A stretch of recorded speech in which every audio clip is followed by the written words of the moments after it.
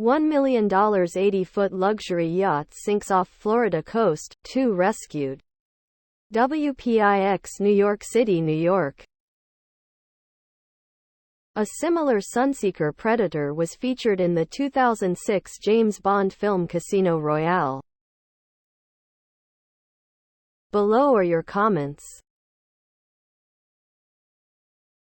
I have a 16-feet aluminum fishing boat with a 20 HP outboard engine.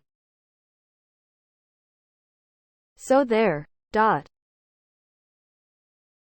With our electronic technology available today, there should be underwater hazard-seeking scan system for these boats. They most likely hit an almost submerged shipping container that, once it was hit hard by the yacht, finished sinking. There also needs to be accountability for those containers. Insurance investigation coming.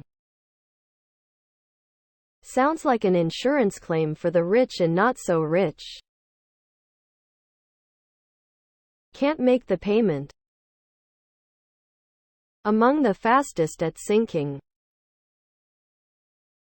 Please subscribe to my channel. And if you like it, please thumbs up.